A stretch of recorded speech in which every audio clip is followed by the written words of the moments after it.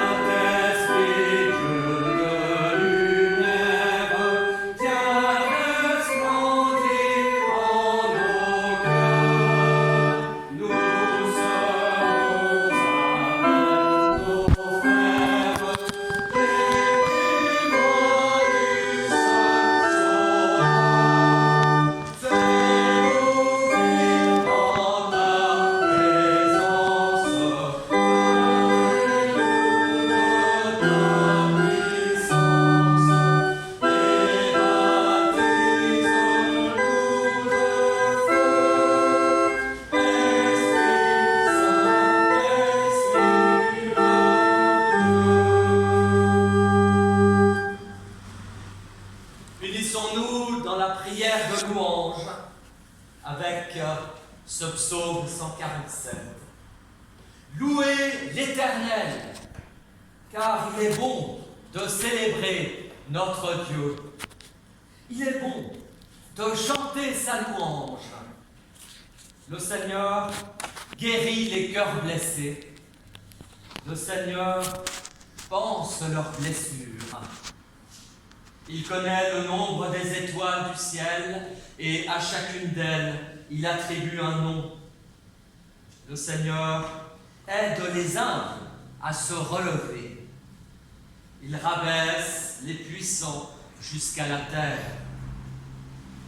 Aussi chantez, oui chantez avec reconnaissance. Célébrez notre Dieu avec des instruments à cordes. Chantez à l'Éternel avec action de grâce. Le Seigneur s'occupe de ceux qui le reconnaissent. Il vient en aide à ceux qui comptent sur sa bonté. Voilà pourquoi louez donc l'Éternel. Louez-le avec toutes les nations. Célébrez-le, vous tous les peuples, car sa bonté pour nous est grande et sa fidélité dure à toujours.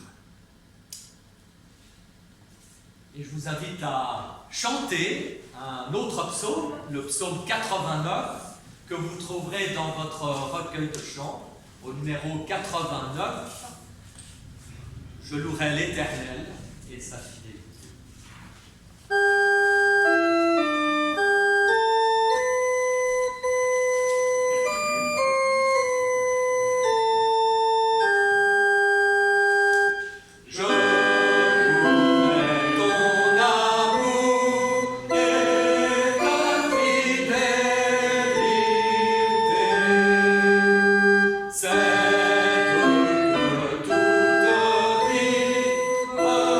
Soit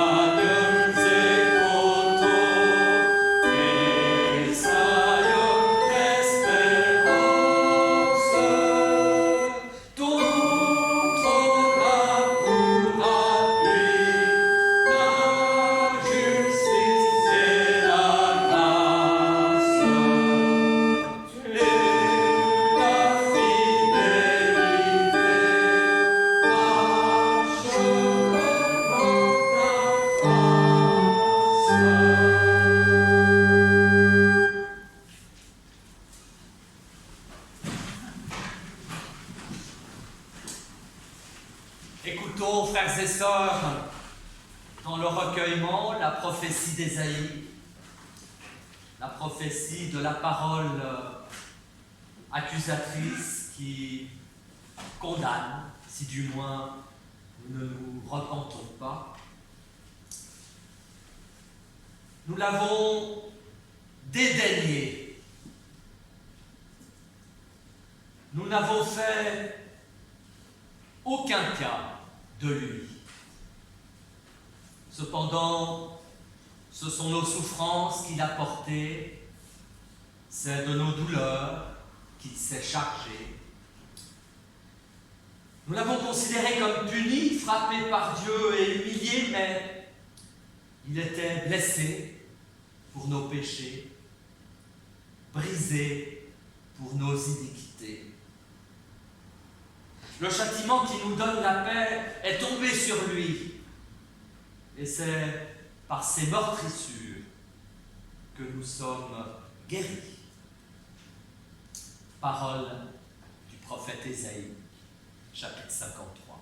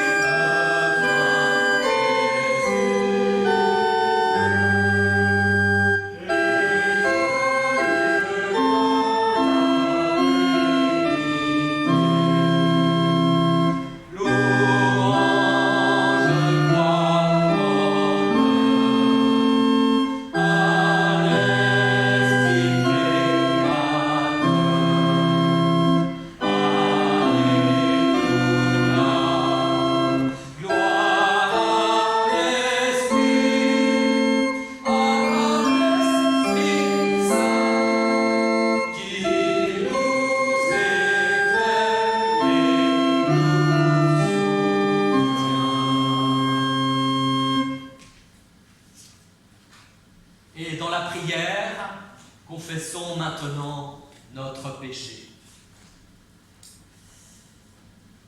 Dieu saint,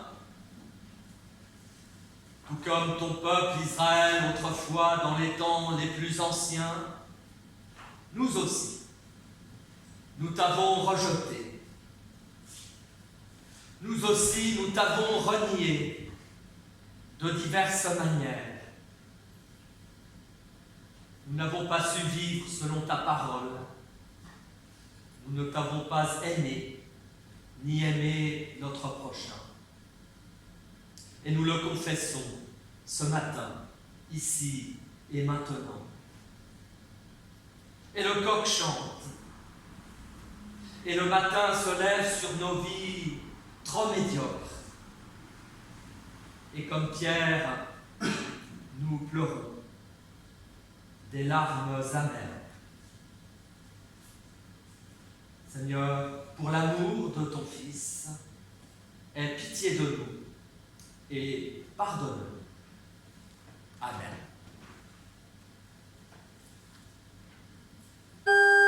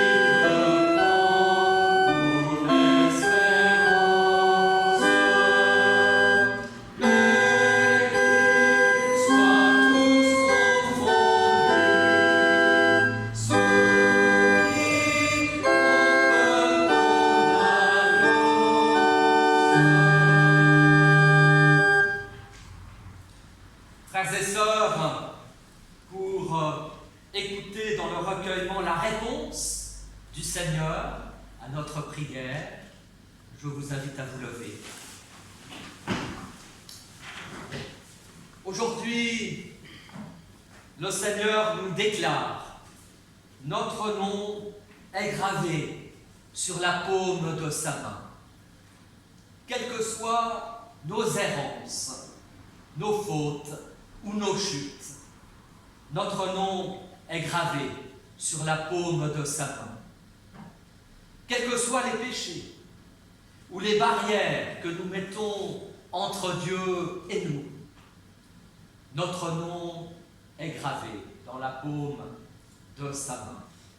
Frères et sœurs, au-delà de nos peurs, au-delà de nos ténèbres, notre nom est gravé sur la paume de sa main. Nous sommes aimés de Dieu, gratuitement, gracieusement, sans condition aucune de notre part. Telle est la bonne nouvelle de l'Évangile manifesté en Jésus-Christ, que je vous invite maintenant à accueillir par un chant de reconnaissance.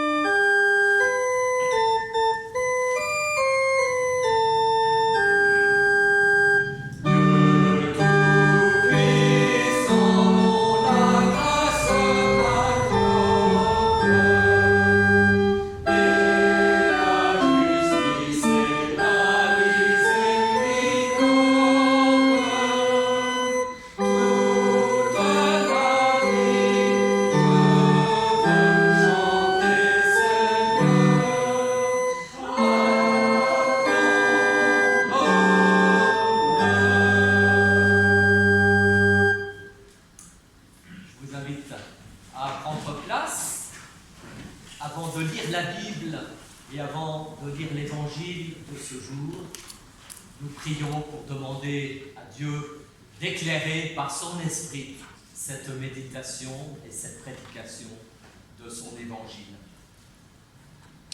Seigneur notre Dieu, notre Seigneur et notre Sauveur, nous sommes assemblés ce matin en ta présence et nous te rendons grâce de nous faire ce cadeau du ciel, de pouvoir recevoir ta parole et de l'annoncer ensuite en toutes les langues des hommes que nous croiserons sur notre chemin.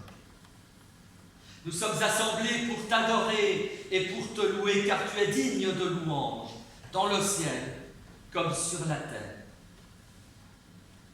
Toi qui t'es abaissé, afin que ton abaissement nous permette de nous élever.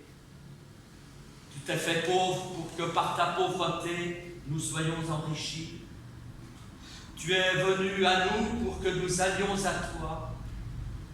Tu t'es fait porteur de la chair pour nous apprendre à devenir porteurs de l'esprit. Aussi, nous t'en prions par ton Esprit Saint. Montre-nous le chemin qui mène à toi à travers la prédication de ce jour.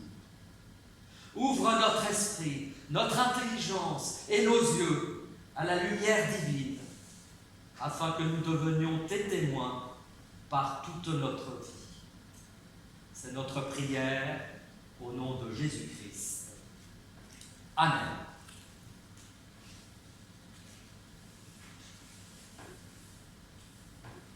Chers amis,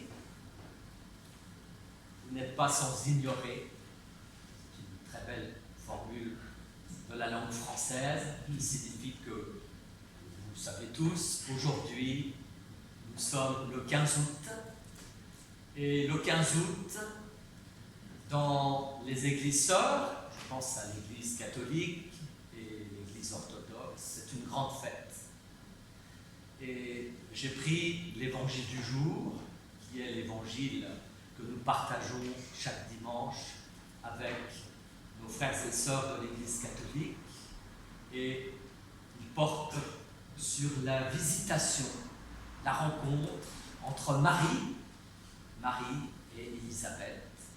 Et je me suis dit qu'en ce 15 août, puisque ce 15 août tombe un dimanche, c'était l'occasion pour nous de méditer sur la figure de Marie, en se posant la question, pour un protestant, voilà, quelle est la place que nous accordons à Marie dans notre vie spirituelle et quelle est la place que la Bible, bien sûr, accorde à Marie.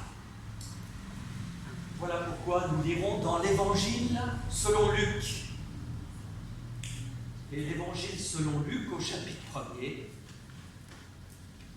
à partir du verset 39. Luc, chapitre 1er, verset 39. En ce temps-là, Marie partit en hâte pour se rendre dans le haut pays, dans une ville de Juda. Elle entra dans la maison de Zacharie et salua Élisabeth. Or, lorsqu'Élisabeth entendit la salutation de Marie, l'enfant bondit dans son sein, et Élisabeth fut remplie de l'Esprit Saint. Elle poussa un grand cri et dit : « Tu es bénie plus que toutes les femmes. Béni aussi est le fruit de tes entrailles. Comment m'est-il donné que vienne à moi la mère de mon Seigneur ? Car lorsque ta salutation a retenti à mes oreilles, voici que l'enfant a bondi d'allégresse en mon sein. Bienheureux celle qui a cru. Ce qui lui a été dit de la part du Seigneur s'accomplira. » Alors Marie dit : « Mon âme exalte le Seigneur, et mon esprit s'est rempli d'allégresse à cause de Dieu mon Sauveur, parce qu'il a porté son regard sur son humble servante. Oui, désormais, toutes les générations me proclameront bienheureuse, parce que le Tout-Puissant a fait pour moi de grandes choses. Saint est son nom. Sa bonté s'étend de génération en génération sur ceux qui le craignent, car il est intervenu de toute la force de son bras. Il a dispersé les hommes à la pensée orgueilleuse. Il a jeté les puissants plus bas que terre, et il a élevé les humbles. Les affamés, il les a comblés de biens, et les riches, il les a renvoyés les mains vides. Il est venu en aide à Israël, son serviteur, en souvenir de sa bonté, comme il l'avait dit à nos pères autrefois, en faveur d'Abraham et de sa descendance pour toujours. Enfin, Luc termine en disant : Marie demeura avec Élisabeth environ 3 mois, puis elle retourna chez elle. Amen.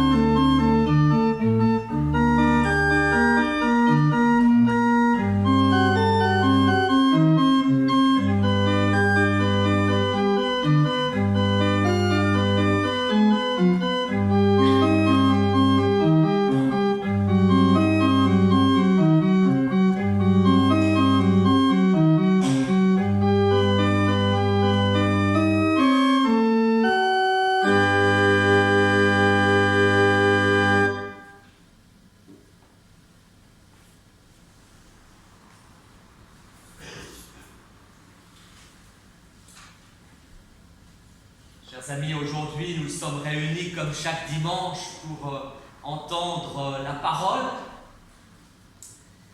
Et hier, comme vous le voyez, il y avait un mariage ici dans notre temple, le mariage d'un jeune couple qui vient d'entrer dans notre communauté protestante de grâce.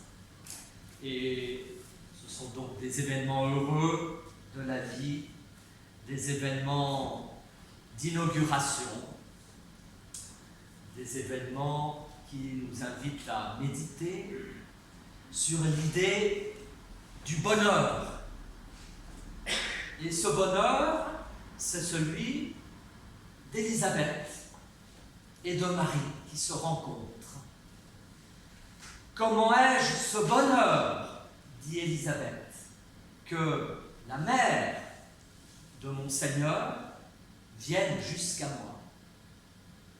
Et cette phrase d'Élisabeth nous renvoie en fait à un événement de l'Ancien Testament, l'arrivée de l'Arche d'Alliance à Jérusalem. Lorsque David, en effet, se fut installé comme roi à Jérusalem, lorsqu'il eut un palais digne du roi d'Israël, il envisagea de faire monter l'Arche d'Alliance dans sa nouvelle capitale.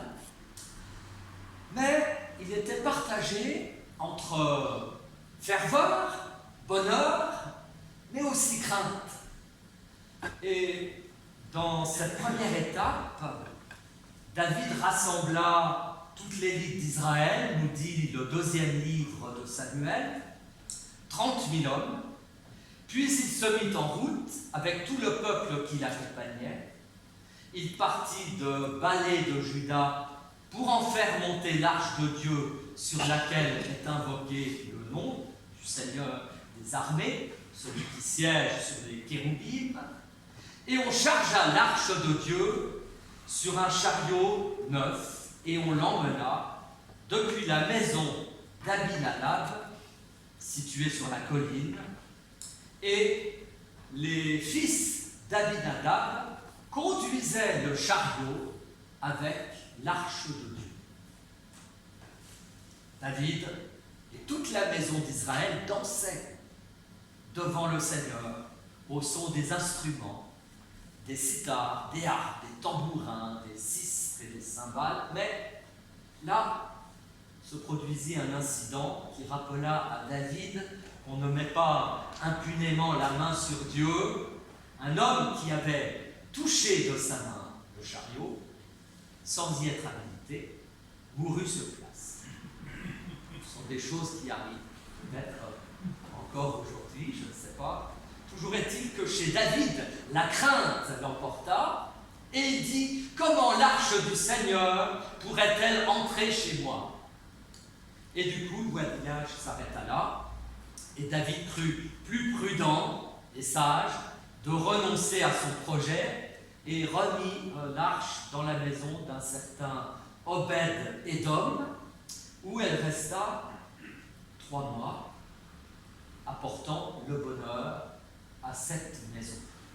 Voilà donc rassuré, notre beau roi David put partir et puis faire un peu plus tard monter l'arche d'alliance, en effet, jusqu'à Jérusalem, suivant le plan que Dieu, peut-être, lui avait dicté. Et on peut penser, pourquoi je vous dis tout ça? Évidemment, en ce 15 août, vous vous demandez bien que ça n'a aucun rapport, peut-être, avec cette fête que nos frères et sœurs catholiques célèbrent en ce jour. Eh bien si. Et selon les commentaires catholiques, on peut penser que Luc a été heureux d'accumuler dans le récit de la visitation des détails qui rappellent ce récit de la montée de l'arche à Jérusalem. Quelles sont ces similitudes? Eh bien, ce sont 2 voyages. L'un qu'entreprend David, d'un côté, et l'autre qu'entreprend Marie. Et Marie, bien sûr, portant dans son ventre la nouvelle arche d'alliance, signe de la présence de Dieu. Elle porte donc en elle, selon les commentaires catholiques, mystérieusement cette présence de Dieu qui habite désormais notre humanité. Le Verbe s'est fait chair et il a habité parmi nous. Et tout ceci grâce à la foi de Marie. Et voilà pourquoi Élisabeth peut lui dire « Heureuse celle qui a cru à l'accomplissement des paroles qui lui furent dites de la part du Seigneur. » Et je ne sais pas si, évidemment, vous êtes comme moi un tout petit peu réticent, peut-être par rapport à ce genre d'interprétation, mais on peut se dire que peut-être en effet tout cela n'est pas fortuit et que Luc nous donne de contempler en Marie, et là c'est le commentaire catholique qui le dit, la nouvelle arche d'alliance. Mais est-il si sûr? Est-il si sûr que nous puissions aller jusque-là et dire ceci? Mais je voudrais néanmoins commencer tout autrement. Et d'abord par un aveu. Je dois avouer, en tant que protestant, qu'en matière de mariologie, comme dans beaucoup d'autres domaines aussi, je suis un peu comme un apprenti, voire même un ignorant. Je ne sais pas grand-chose. Et je ne comprends pas grand-chose d'ailleurs. Et peut-être pour deux raisons. Pourquoi suis-je un apprenti, en effet? Bien parce que j'appartiens à une tradition, à une confession protestante, pour la piété desquelles Marie ne joue pas un rôle décisif dans la foi. Face à d'autres types de piété, à d'autres théologies pour lesquelles c'est différent, je ne peux donc qu'apprendre et peut-être recevoir des autres. Et je le dis sans ironie, je le dis d'une manière bienveillante, même si on pourrait peut-être être surpris, voire choqué par la mariologie de nos frères et sœurs des autres églises chrétiennes.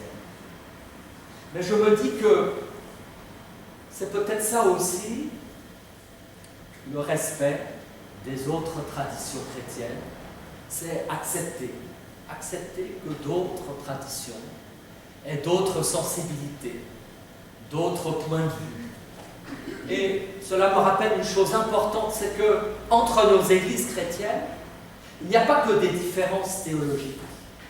Il y a aussi des manières de prier différentes. Il y a des manières et des sensibilités différentes de vivre la foi.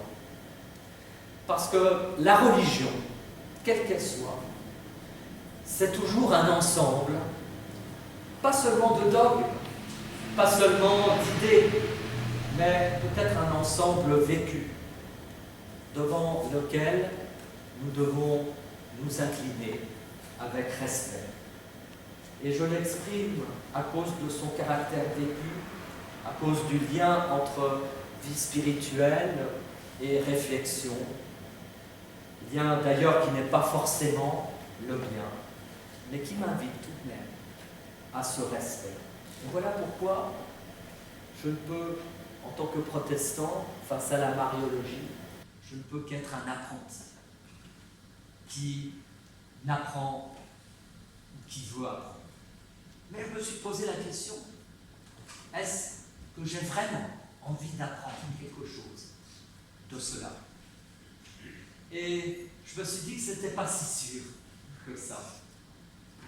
Avec toute ma bonne volonté, j'ai du mal. J'ai du mal à comprendre mes frères et sœurs des autres églises chrétiennes sur ce point-là. Et je me dis qu'il me faut alors beaucoup peut-être de sagesse, de respect, de patience. Et je pense qu'avant de critiquer et avant de juger, il convient de reconnaître toujours la distance entre nos églises et les limites de nos propres compréhensions de la foi des autres. Et c'est encore une fois ce que nous pouvons exprimer par le mot respect. Mais encore, pouvons-nous aller plus loin? Et que pouvons-nous dire de plus? Et là, je voudrais reprendre le propos d'un théologien protestant qui a été professeur, Hans-Christoph Ascani, qui est un théologien qui est maintenant retourné en Allemagne, son pays d'origine, qui a enseigné à Paris, à Genève et dans d'autres lieux. Et là aussi, il nous invite à faire part d'une remarque, qui est sa visite à Rome d'une église. Je ne sais pas si vous connaissez cette église, mais il s'agit d'une mosaïque dans l'abside de Santa Maria Maggiore de Rome. Et cette mosaïque, on l'appelle le triomphe ou la glorification de Marie. Et est représenté sur cette mosaïque le Christ au ciel. Et un tout petit peu plus bas, un tout petit peu plus bas seulement, mais un tout petit peu plus bas quand même, Marie. Marie la couronne déjà sur la tête.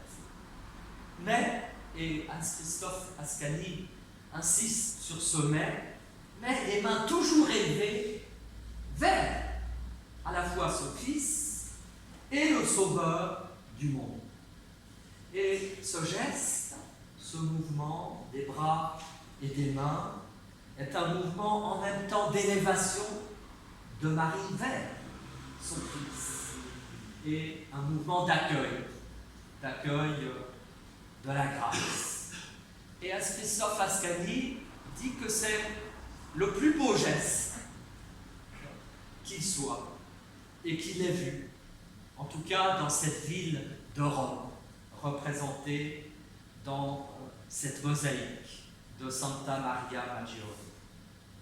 Et il le dit avec sincérité, il dit que c'est vraiment une magnifique mosaïque qui exprime la beauté de la foi et le couronnement de Marie, sa réception au ciel à côté de son Fils. Et ce qui le touche vraiment, c'est les mains de Marie. Tout le rapport entre le Fils de Dieu et sa mère. Tout le rapport entre la sphère divine et la réalité humaine qui est comme rassemblée sur cette mosaïque dans un mouvement vers le haut qui n'est en même temps que celui d'un recevoir, d'un accueil, qui rappelle que l'être humain, y compris Marie, ne peut être que accueil de la grâce de Dieu, accueil de ce qui est plus haut que lui, accueil de ce que Dieu lui-même donne à l'être humain, soi-même, c'est-à-dire sa parole, son Fils. Et Hans-Christoph Ascani termine en disant « Cette image est pour moi d'une beauté inouïe et nous autres protestants ne saurons jamais faire cela. » Mais il sort de l'Église et en sortant de l'Église, il se pose quand même la question. Ce que j'ai vu, est-ce vraiment ça, la foi chrétienne? Et qu'est-ce que j'ai vu? Une représentation de Marie? Oui, bien sûr. Et non, aussi. Oui, bien sûr, c'était Marie. Mais quelle Marie? Marie reçue au ciel? Marie à côté de son Fils? Marie reine du ciel? Peut-être pour un catholique. Mais pour un protestant, c'est impossible. Et c'est là, dit-il, que les voies entre mes amis catholiques et moi bifurquent. Je ne peux pas déduire quoi que ce soit de cette vision, de cette beauté, de cette mosaïque. Car tout est dans notre rapport entre Dieu et le Christ. Et rien n'est en rapport dans la foi entre nous et Marie. Nous ne pouvons que recevoir d'un autre le tout autre. Et nous ne pouvons rien recevoir des êtres humains dont Marie est comme nous, fait partie comme nous, du genre humain. Voilà pourquoi Christophe Ascani s'arrête là et dit que je resterai, et je ne peux que rester protestant, y compris dans cette magnifique ville de Rome. Et pour le dire paradoxalement, Marie ne pourra jamais être que ce qu'elle est pour nous protestants. Marie n'est rien, en fin de compte. Même si cela peut choquer peut-être nos frères et sœurs des autres églises, mais notre foi ne dépend pas d'elle. Et néanmoins, je terminerai en disant que nous pouvons retenir deux enseignements de cette figure de Marie. Elle est doublement importante quand même pour nous, les protestants. Doublement importante. Pourquoi ? Parce qu'elle est, ou elle représente comme le paradigme de la foi. Comment ? Et c'est dit dans ce Magnificat que nous avons relu, en tant que servante de Dieu. En tant que servante de Dieu qui a laissé faire Dieu dans son cœur, dans son esprit. Elle exprime parfaitement, oui, ce que veut dire le verbe croire. Elle a laissé faire. La grâce de Dieu en elle, comme nous devons laisser faire la grâce de Dieu en nous. Oui, la foi ne se joue point entre nous et Marie, mais complètement entre nous et Dieu. Et c'est justement ce qui se joue entre Dieu et nous, qui est dit dans cette seule phrase que reprend l'évangéliste Luc. Voici la servante du Seigneur, qu'il m'advienne selon ta parole. Vous savez, en latin, cela se dit d'une marque d'automobile italienne célèbre. Vous la connaissez. Fiat, fiat, fiat. Que cela se fasse. Que cela se fasse pour moi, Seigneur. Comme tu l'as dit, n'est-ce pas? Cela croit, frères et sœurs. Que l'on soit catholique, protestant ou orthodoxe. Que cela se passe comme le Seigneur le souhaite. Que sa volonté se fasse en moi, comme il le souhaite. Qu'il m'appelle, qu'il me console, qu'il raffermisse ma foi. Que je ne le dédaigne pas, que je ne le renie pas, mais vraiment que sa grâce puisse se tracer un chemin dans chacun des cœurs humains. Tel est, frères et sœurs, peut-être le message que Marie, en tant que paradigme de cette foi, veut nous témoigner. Amen.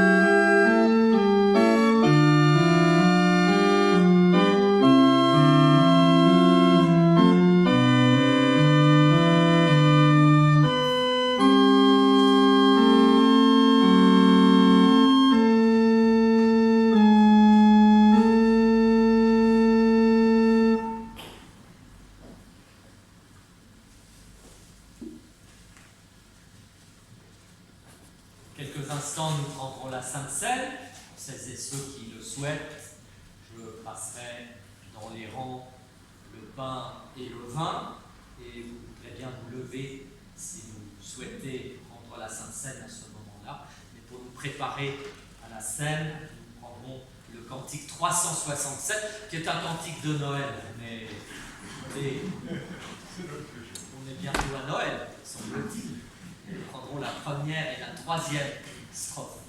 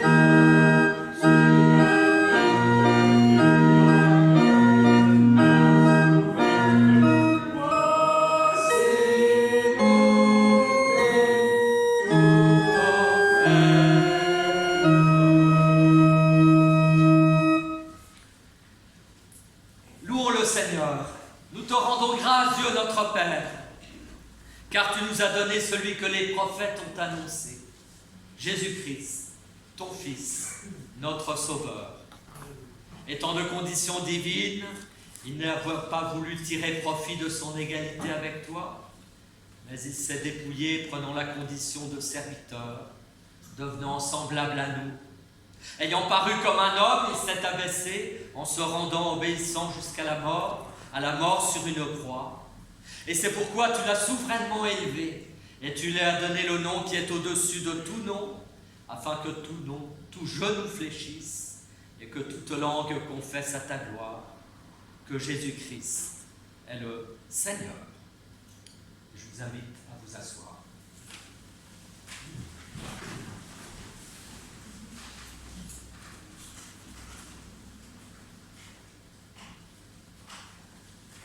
Le Seigneur Jésus, dans la nuit, il fut livré près du pain, et après avoir rendu grâce, il le rompit et dit « Ceci est mon corps qui est donné pour vous. Faites ceci en mémoire de moi. » Et de même, après avoir soupé, il prit la coupe et dit « Cette coupe est la nouvelle alliance en mon sang. Faites ceci en mémoire de moi toutes les fois que vous en boirez. » Et je vous invite à la prière. Notre Dieu et notre Père, au moment de partager le pain et le vin de la scène, nous faisons mémoire des paroles et des gestes de Jésus. Nous faisons mémoire de sa mort et de sa résurrection. Et nous attendons en confiance et avec espérance son retour. Il n'y a sur cette table qu'un peu de pain et de vin. Envoie sur nous ton Esprit Saint pour que nous les recevions comme les signes dont notre foi a besoin pour discerner la présence de Jésus-Christ au cœur de notre vie.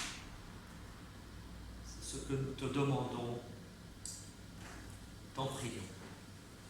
Amen.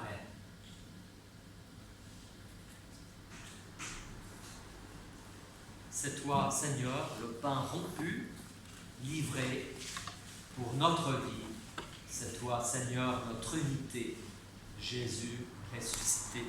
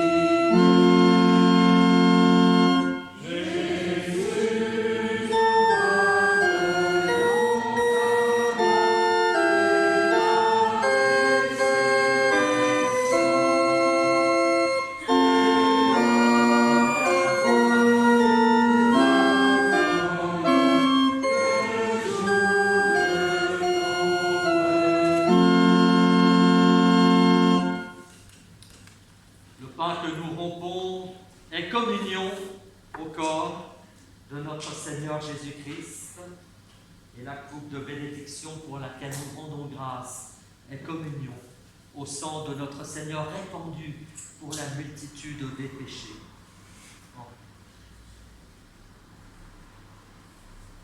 Voici, je me tiens à la porte et je frappe. Si quelqu'un entend ma voix et m'ouvre la porte, j'entrerai chez lui, je souperai avec lui et lui avec moi. Frères et sœurs, vous êtes tous invités à partager le repas du Seigneur. Heureux, oui heureux, celui qui mange de ce pain, car il n'aura plus jamais faim. Que le Seigneur soit avec toi. Que le Seigneur soit avec toi.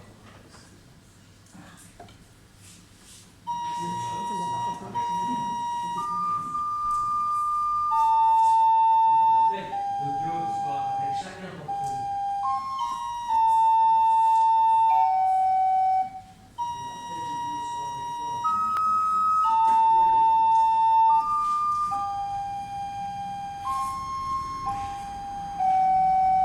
La paix de Dieu soit avec chacun.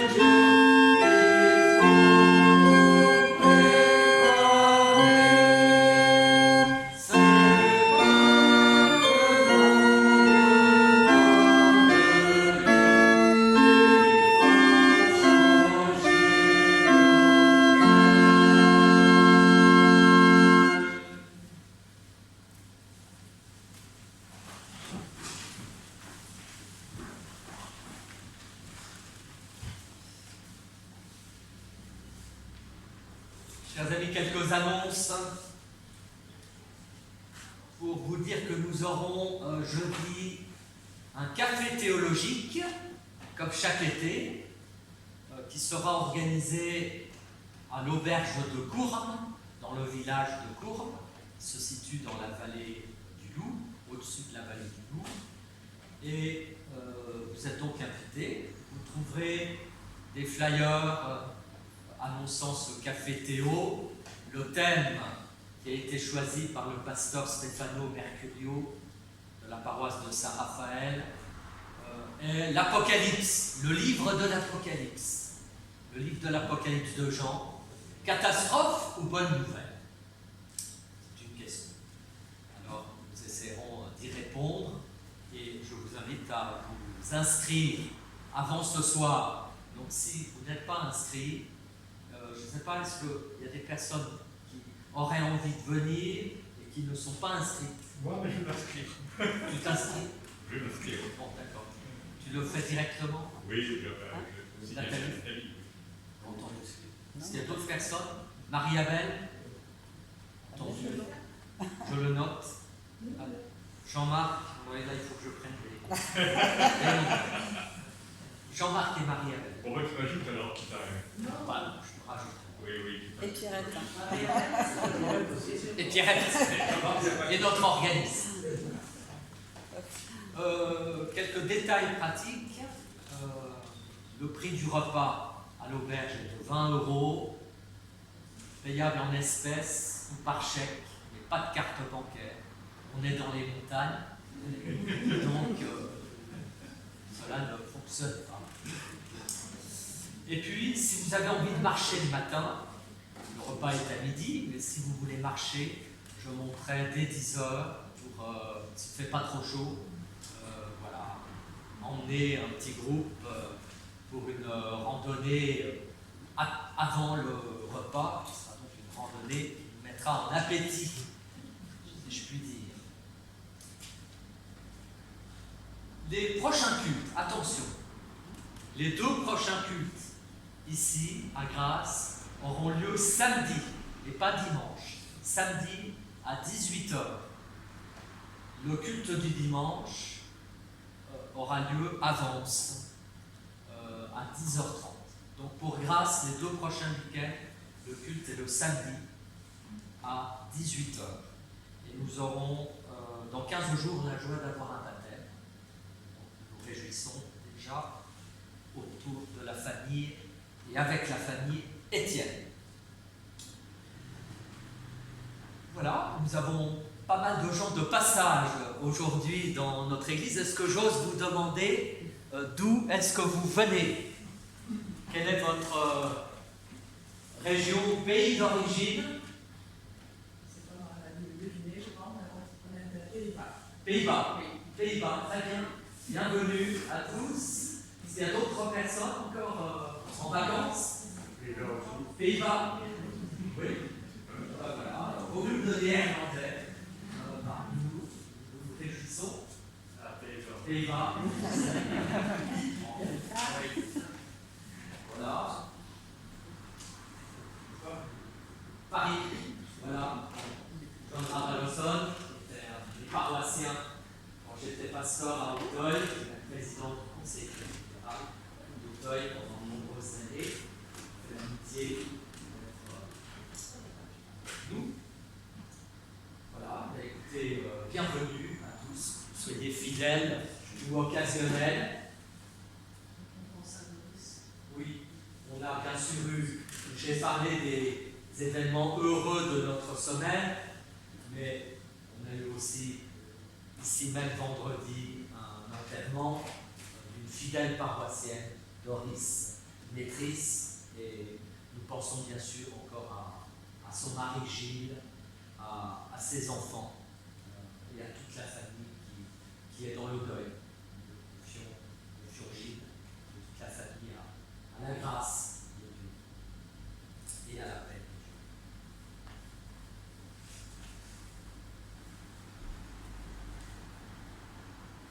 Je vous invite à la prière.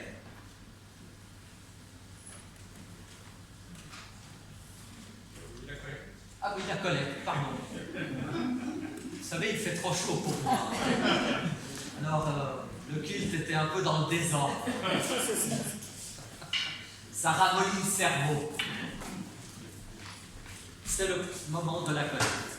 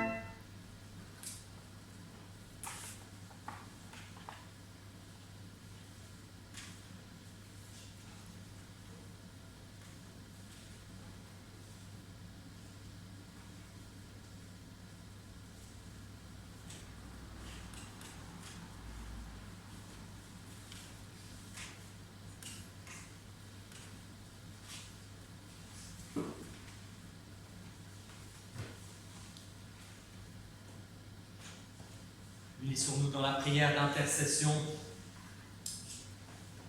Notre Dieu et notre Père, tu es notre Dieu et notre Père en Jésus-Christ, notre Seigneur et notre Sauveur, et c'est avec confiance et assurance que nous élevons nos cœurs à toi pour te dire dans la prière nos soucis et nos préoccupations de ce jour.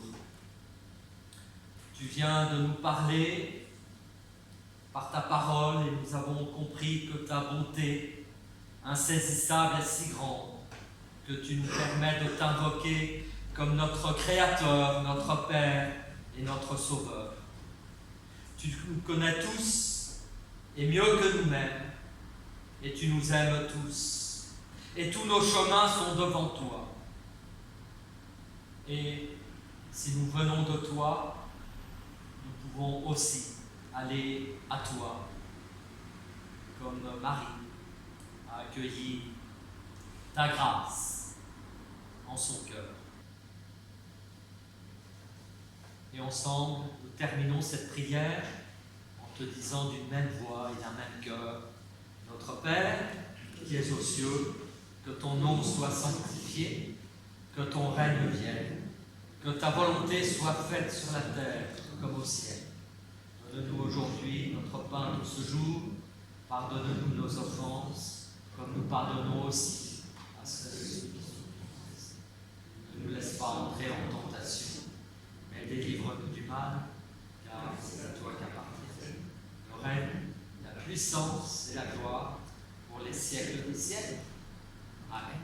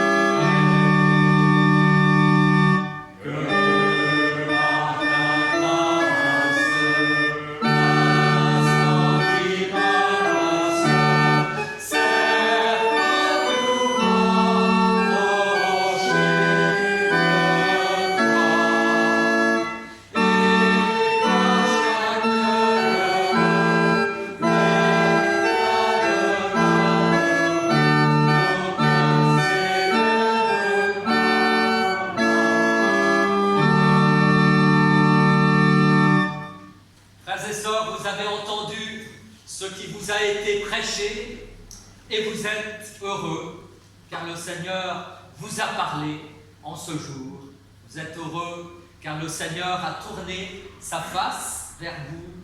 Vous êtes heureux, car le Seigneur vous aime d'un amour éternel. Mais heureux, davantage encore, serez-vous si vous mettez en pratique ce qui vous a été prêché. Aussi, ne méprisez pas ce que l'Esprit enseigne aux églises et recevez la bénédiction de Dieu. Que l'amour par le Père soit répandu en nos cœurs. Que la paix par le Fils naisse de notre témoignage et que l'espérance par l'Esprit Saint anime notre vie. Dieu nous garde, allons dans la paix et dans la joie du Seigneur. Amen.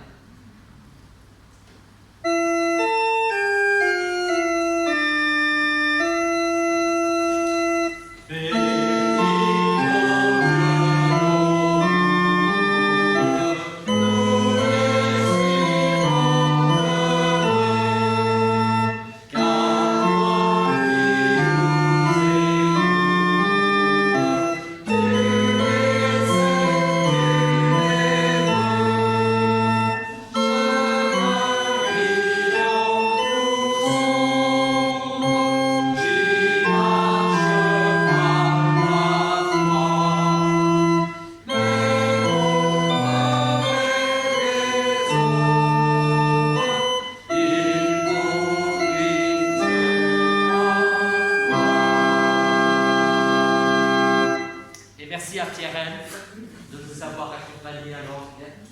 Bon dimanche.